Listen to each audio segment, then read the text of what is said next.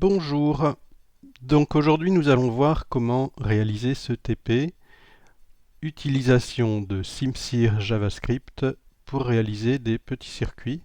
Nous allons voir aujourd'hui le circuit mémoire.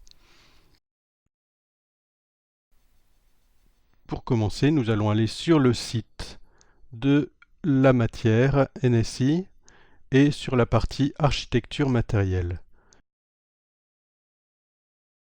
Un petit clic et nous arrivons donc sur la page sur laquelle nous allons trouver le lien vers les exercices du TP mémoire.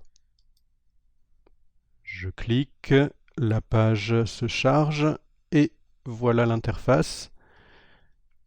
Elle est très simple puisqu'elle est juste composée des différents outils dont nous avons besoin et d'un espace de construction.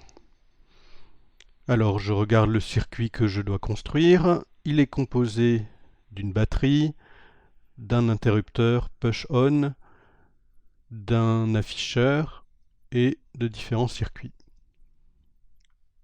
Pour placer un circuit, il suffit de le sélectionner dans la partie de gauche, le faire glisser sur la partie de droite. Je choisis donc mes éléments. Pour les relier, il suffit de cliquer sur le bouton rouge et le relier au bouton jaune au connecteur associé. Voici ton premier circuit. Si tu cliques sur le bouton, eh bien tu vois que ici c'est passé à 1. Si tu as fait une erreur dans ton circuit, tu peux t'en débarrasser en le sélectionnant et en le faisant glisser sur la droite. Et voilà, tu n'as plus qu'à recommencer. Une batterie, un bouton, un visualiseur. Alors, tu remarques sur le circuit, nous avons un élément OR, un élément note, OR, note, et un autre élément d'affichage. Je connecte mes éléments entre eux. Tu peux remarquer qu'on peut connecter plusieurs fois une sortie. Alors, si tu t'es trompé, il suffit de cliquer ici et cela disparaît. On doit connecter cela ici. On peut déplacer les éléments, même après qu'ils aient été connectés. Le OR est connecté aux notes et le note est connecté à l'afficheur. Alors, si tu regardes bien le schéma, tu vois que l'afficheur s'appelle MEM, celui-ci X, et qu'il est relié à l'interrupteur X. Quand tu as des schémas compliqués, c'est bien de pouvoir s'y retrouver en donnant des noms personnalisés. Il suffit donc de cliquer sur le nom qui est en dessous. Une petite fenêtre s'ouvre et tu changes le nom de l'élément. Voilà qui est fait. Donc, je te laisse terminer tout le circuit. Nous nous retrouvons dans quelques secondes. Tu n'as qu'à cliquer sur le bouton qui se trouve ici pour valider. Normalement, tu as terminé ton circuit. Voici le circuit que tu dois avoir obtenu. J'ai renommé le OR, je l'ai appelé C, celui-ci D, celui-ci B. Cela va nous permettre de comprendre le fonctionnement de ce circuit. Tout d'abord, peut-être que ici tu as un 1, peut-être que tu as un 0. Il est difficile de prévoir a priori. Tout simplement parce que s'il y a un 1 ici, c'est que ici, il y a du courant. Donc ici également. Et quelle que soit la position du Y, puisque ici il s'agit d'un OR, celui-ci sortira 1. Le note inverse, donc ici on a 0. Ici on a donc une entrée égale à 0.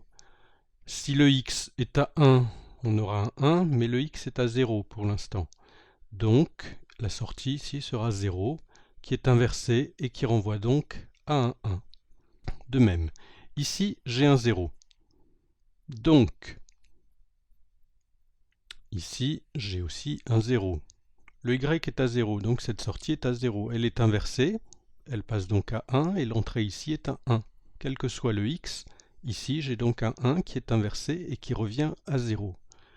On peut dire que le même, pour abréger mémoire, est donc stable. Quelle que soit la valeur du x et du y, le même sera à 0 ou à 1 de manière stable. Maintenant, suivons ce qui se passe si je clique sur le x.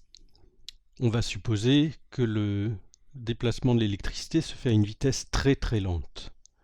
Je clique sur le x. Tu as vu rapidement que le x est passé à 1 puis il est revenu à 0. Mais on a envoyé du courant ici. Par conséquent, la sortie ici est passée à 1. Le 1 s'est transformé en 0, qui a été envoyé ici.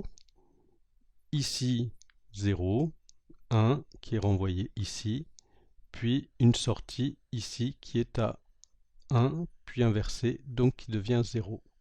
Quand je clique sur le x, même se met forcément à 0. Lorsque je clique maintenant sur le y, que se passe-t-il? Y envoie un courant qui passe à 1, donc ici j'ai une sortie à 1 qui est inversée, qui passe à 0 ici. Ici j'ai également 0, donc 0 à la sortie, puis 1 ici, et la mémoire passe donc à 1. Comme ce circuit est stable, elle reste à 1, alors que x et y sont retournés à 0. Une impulsion donc sur y fait passer m à 1, une impulsion sur x fait passer même à 0, quel que soit l'état du circuit. C'est pour cela que l'on appelle ce circuit un circuit set-reset. Le x serait renommé reset